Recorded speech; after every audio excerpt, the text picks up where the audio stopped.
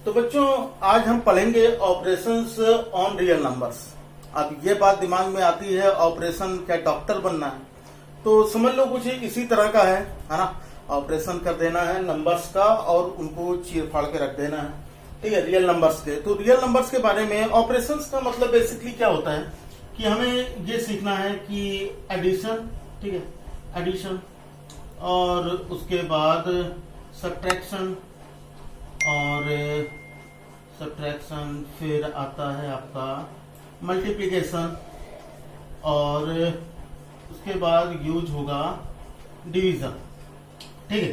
तो इतनी सारी चीजें हमें यहाँ पर पढ़नी है। अभी बेसिकली ये सारी चीजें आप प्रीवियस क्लासेस में भी पढ़ चुके हो, और अभी ये चैप्टर बहुत इंपॉर्टेंट होने वाला है क्योंकि आगे की क्लासेस में काफी ज्यादा यूज होगा इन सभी चीजों का। तो पहले हम समझ लेते हैं, क्योंकि जो स्कूल में हमको पढ़ाया जाता है या जो हमारे कोचिंग क्लासेज में पढ़ाए जाते हैं वो जनरली क्या होता है कि एक्सरसाइज हमको सॉल्व करना बता दिया जाता है, लेकिन उसका बेसिक कॉन्सेप्ट नहीं बताया जाता। तो हम यहाँ पर बेसिक कॉन्सेप्ट समझ लेते हैं ताकि फर्दर क्लासेस में आपको कोई भी प्रॉब्लम ना हो, ठीक है। तो ये ऑपरेशन हमें देखने हैं। तो अब ये सोचोगे कि ये सारी चीजें हमको आती हैं, ये तो हमने फर्स्ट सेकंड थर्ड फोर्थ में ही पढ़ ली थी, बिल्कुल पढ़ लिए थे।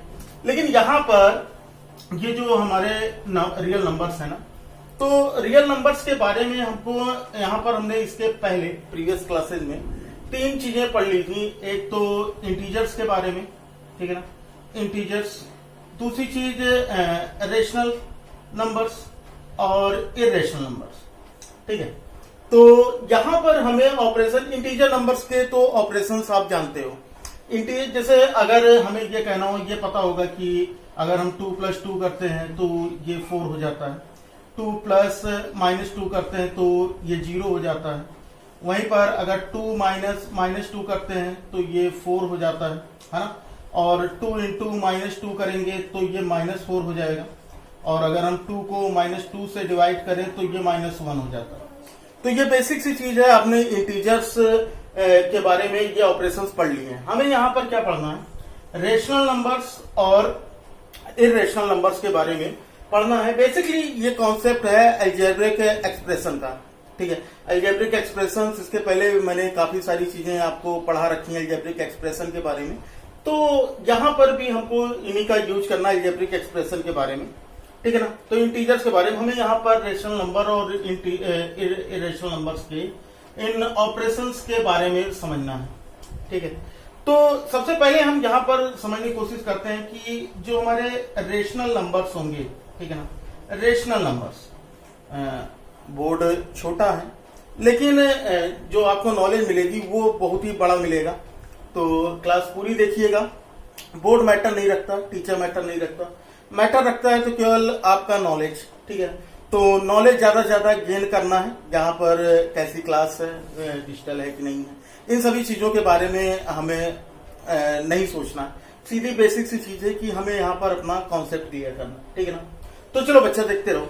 रेशनल नंबर्स, तो रेशनल नंबर्स के बारे में अगर हम जाने तो जैसे रेशनल नंबर है, अगर मान लो कोई भी रेशनल नंबर दिया गया, जैसे मान लो अगर दिया गया 2/3 + 3/2, अगर कहा जाए कि ये सॉल्व करो तो कर लोगे, बहुत ही इजी है। हाँ, करना क्या है, इसमें केवल 3 और 2 का एलसीएम लेना है। 3 × 2 = 6, 2 × 2 = 4 और 3 × 3 = 9, तो 9 + 4 हो जाएगा 13/6। हाँ, तो रेशनल नंबर का ये तो एडिशन ऑपरेशन हो गया ना, इसका ये पहला ऑपरेशन तो हो गया कि हम ऐड कर लेते हैं, रेशनल नंबर का एडिशन हम कर लेते हैं। दूसरी चीज आती है, अगर इसी को कहा जाए सब्ट्रैक्ट करो, यानी 2/3 - 3/2 अगर करने को कहा जाए तो सेम वही चीज, 6 एलसीएम लेंगे। 2 × 2 = 4 - 3 × 3 = 9, तो 9 - 4 करोगे तो 5 पड़ेगा, ये माइनस है तो माइनस लगा लोगे तो -5/6 हो जाएगा। क्लियर इतनी चीजें। अब यही चीज अगर मैं मल्टीप्लाई करने के लिए कहूं कि 2/3 × 3/2 अगर मल्टीप्लाई करना हो तो सिंपली से ये 1 हो जाएगा, होगा कि नहीं होगा भाई। ये 3 से ये 3 कैंसिल हो जाएगा, इस 2 से ये 2 कैंसिल हो जाएगा, यानी 1 आ जाएगा। फिर अगली चीज आती है कि अगर मैं यही डिवाइड करने के लिए कहूं, जैसे अगर ये कह दिया जाए कि 2/3 एंड डिवाइडेड बाई 3/2, तो ये कितना आएगा। तो इसके बारे में मैंने आपको पहले भी कई क्लासेज में मैंने इसके बारे में आपको बता दिया है कि अगर हम A/B/C/D करते हैं तो ये लास्ट वाला फर्स्ट के पास चला जाता है और थर्ड वाला सेकंड के पास आ जाता है, यानी ये हो जाता है a into d upon b into c. सही है ना, ये चीजें आप लोगों ने पढ़ी हुई है। दूसरी चीज, अगर यहाँ पर अब ये बात आती है, तो 4 वाला था, ये तो हमको भी आता है। हाँ, अगर मान लो इसमें से कोई एक चीज इस तरह से दिया होता, समझ लेना पूरी तरह, पहले पूरा बेसिक कॉन्सेप्ट समझ लेना, ठीक है। तो यहां पर अगर ये दिया होता है a अपॉन बी अपॉन सी, तो इसका क्या होता? तो भाई देखो, बी अपॉन सी तो ये हमारा रेशनल है, ठीक है ना, ये हमको दिया गया, लेकिन ए जो है ये सिंगल दिया गया, तो हम इसको भी रेशनल कर लेते हैं पहले। वैसे रेशनल तो होता ही है, तो हम इसके अपॉन 1 लिख सकते हैं ना। तो हम सी को ए के पास और बी को ए के पास लेके चले जाएंगे, तो a into C upon B 1 के पास जाएगा, तो बी 1 जब बी हो जाएगा। सही है। दूसरी चीज ये आती है कि अगर मान लेते हैं कि ऐसा कुछ दिया होता कि a अपॉन, है ना, a अपॉन बी अपॉन सी ऐसे करके दिया होता, ठीक है, तो हम इसका क्या करते? तो यहां पर a अपॉन बी तो है, तो इसको c अपॉन 1 कर लो, तब तो होंगे ना। जैसे अगर हमें मान लो 2 लिखा है और कहा जाए इसका ये रेशनल नंबर है कि नहीं, कि भाई है, कैसे हमने इससे पहले एक्सरसाइज में पढ़ ली थी, अपॉन 1 कर देते, तो वही सेम चीज हम यहाँ पर कर लेंगे, ठीक है। तो 1 जो है वो a के पास चला जाएगा और ये जो c है ये कहाँ चला जाएगा? b के पास। तो इसका मतलब इसका हो जाएगा a अपॉन बी इंटू सी, ठीक है ना। तो ये चीजें आपको समझ में आ गई होंगी कि इस तरह से हम इसके ऑपरेशंस हम कर सकते हैं, इनका हम यूज कर सकते हैं। तो नोट कर लिए होंगे आप लोग, कॉपी पेन लेकर जरूर बैठा कीजिए ताकि आपको सारी चीजें क्लियर हो सके, और साथ ही नोट्स बनाते रहिए, क्योंकि नोट्स आगे बहुत ही काम आने वाले हैं। और नोट कर लीजिए जल्दी से, और अगर नहीं बाद में करना चाहते हैं तो स्क्रीनशॉट ले लीजिए, ताकि बाद में जो मैं बोल रहा हूँ वो आपको क्लास के बाद भी सुनाई दे, ठीक है ना। तो ये सारी चीजें, चलो इतना सारा नोट कर लो, फिर हम इसके आगे देखते हैं। तो देखो बच्चा, क्या होता है कि आए थोड़े से हम प्रॉपर्टी के बारे में देख लेते हैं ना, properties on operation of rational numbers, इनके थोड़े से प्रॉपर्टीज देख लेते हैं। तो इनकी प्रॉपर्टीज क्या है, इसके पहले भी आप पिछले क्लासेस में पढ़ चुके हैं इनके बारे में।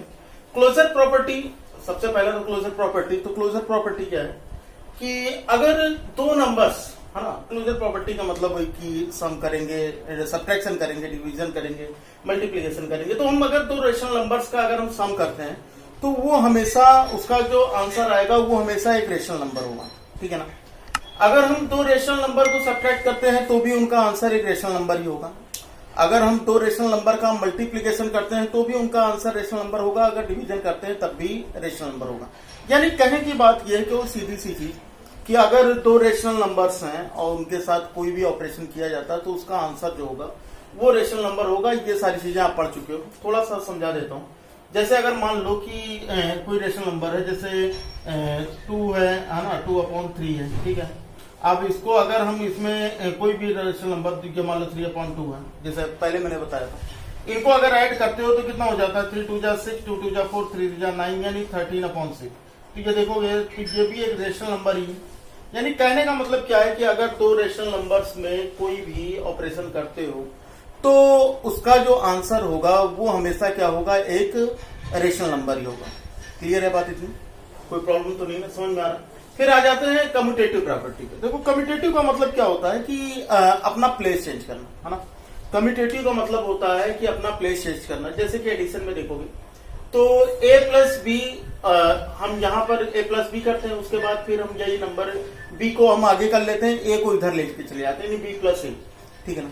तो इस कंडीशन में क्या होता है कि दोनों का जो आंसर होगा वो इक्वल होगा, दोनों का आंसर जो होगा वो सेम होगा, है ना। तो एडिशन में तो चलो ये कम्यूटेटिव प्रॉपर्टी काम कर रही है ना।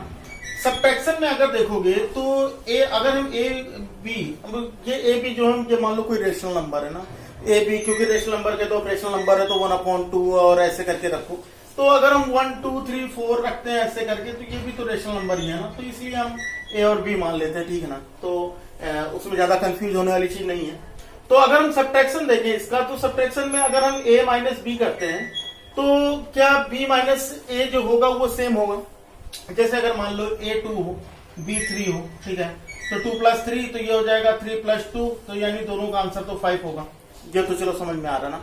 लेकिन अगर हम यहीं पर ये चीज करें कि a 2 - 3 है ना, और यहां कर लेते हैं 3 - 2, तो इसका तो 2 - 3 करोगे तो -1 हो जाएगा, और 3 - 2 करोगे तो 1 हो जाएगा, यानी ये दोनों सेम नहीं आ रहे, तो इसका मतलब है कि यहां पर ये प्रॉपर्टी फॉलो नहीं कर रही है। हाँ, फिर यानी अगर हम दो रेशनल नंबर का यहां पर कम्पिटिटिव प्रॉपर्टी करें तो उसमें सब्ट्रैक्शन काम नहीं करेगा। मल्टीप्लाई में अगर देखो तो मल्टीप्लाई में a into b is equal to b into a, है ना, ये होगा। जैसे अगर हम यहां पर करते हैं 2 इंटू 3, चाहे करो इसको 3 इंटू 2, तब भी दोनों का आंसर सेम आएगा, 6 आएगा ना। तो इसका मतलब मल्टीप्लीकेशन यहाँ पर कम्पिटिटिव प्रॉपर्टी में मल्टीप्लीकेशन काम करेगा।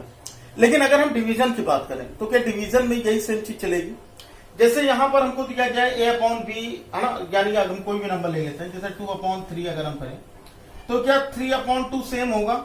नहीं होगा ना, बिल्कुल नहीं होगा। अगर डिवाइड करके चाहे देख लो तो ये सेम नहीं होगा, तो इसका मतलब ये भी काम नहीं करेगा। यानी कम्पिटिटिव प्रॉपर्टी में जो रेशनल नंबर का एडिशन होगा और मल्टीप्लीकेशन होगा ये तो काम करेगा, लेकिन सब्ट्रैक्शन और डिवीजन जो होगा ये काम नहीं करेगा, है ना। यानी कहने का मतलब है एडिशन और मल्टीप्लीकेशन ये कम्यूटेटिव प्रॉपर्टी है, और सब्ट्रैक्शन और डिवीजन जो है ये कम्यूटेटिव प्रॉपर्टी नहीं।